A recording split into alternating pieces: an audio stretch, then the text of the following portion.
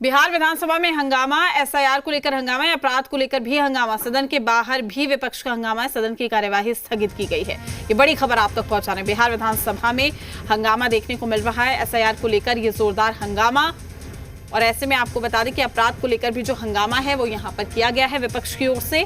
सदन के बाहर भी विपक्ष का जोरदार हंगामा दिखाई दे रहा है। हाथों में बैनर पोस्टर लेकर यहाँ पर हंगामा करते हुए नजर आए। सदन की कार्यवाही स्थगित की गई है। तो ये बड़ी खबर आप तक पहुंचाने, बड़ी जानकारी।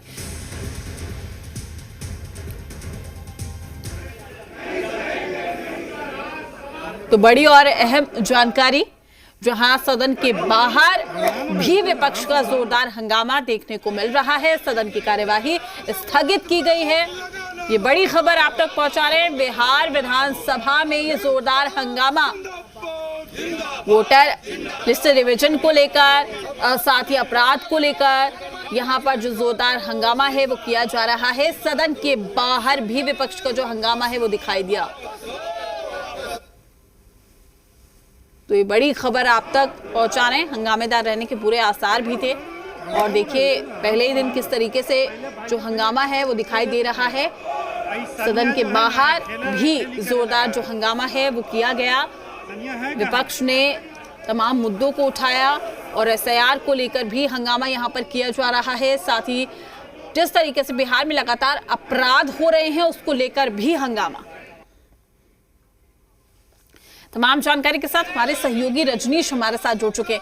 रजनीश, जैसे कि आशंका जाहिर की जा रही थी कि न सिर्फ सदन के अंदर बल्कि बाहर उससे पहले जोरदार हंगामा देखने को मिलेगा, वही हुआ। क्या कुछ जानकारी आपके पास?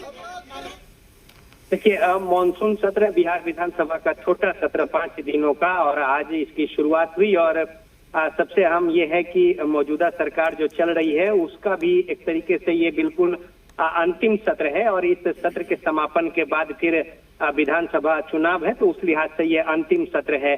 और जिस तरीके से पहले से ही उम्मीद थी, विपक्ष ने अपनी मंशा भी जाहिर कर दी थी कि विधि व्यवस्था से लेकर एसआईआर के मुद्दे पर सरकार को वो घेरेगी, और सदन के बाहर और सदन के अंदर भी वो तस्वीर देखने को मिली। इस बीच सदन की कार्यवाही शुरू हुई तो विधानसभा अध्यक्ष ने अपनी अध्यक्षीय भाषण में बातों को रखा, और जो औपचारिकताएं थी वो पूरी की गई। और उसके बाद जो अनुपूरक व्यय विवरणी है 2025-26 का प्रथम अनुपूरक, उसके तहत अनुदान मांगों को सदन पटल पे रखा गया।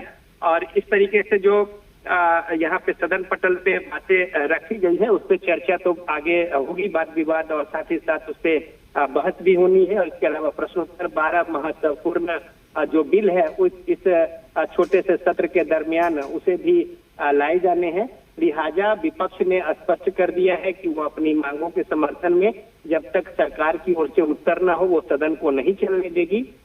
और अंदर भी यहाँ पे तमाम जो लेफ्ट के सदस्य है वो काले कपड़े के साथ और काले पट्टी के साथ पहुंचे थे विरोध स्वरूप एसआईआर को लेकर। और उसी तरीके से कांग्रेस और आरजेडी के भी जो प्रमुख विपक्ष के जो दल है यहाँ पे महागठबंधन के घटक दलों में, उनके ओर से भी उसी तरीके से पोस्टर और बिल हाथ में लेकर और विरोध जताया गया। और उसमें विधि व्यवस्था समेत लगातार जो हत्याएं हुई हैं, इसके अलावा और कई जो महत्वपूर्ण मुद्दे मसले हैं, उन बातों को लेकर सरकार को घेरने की कोशिश की।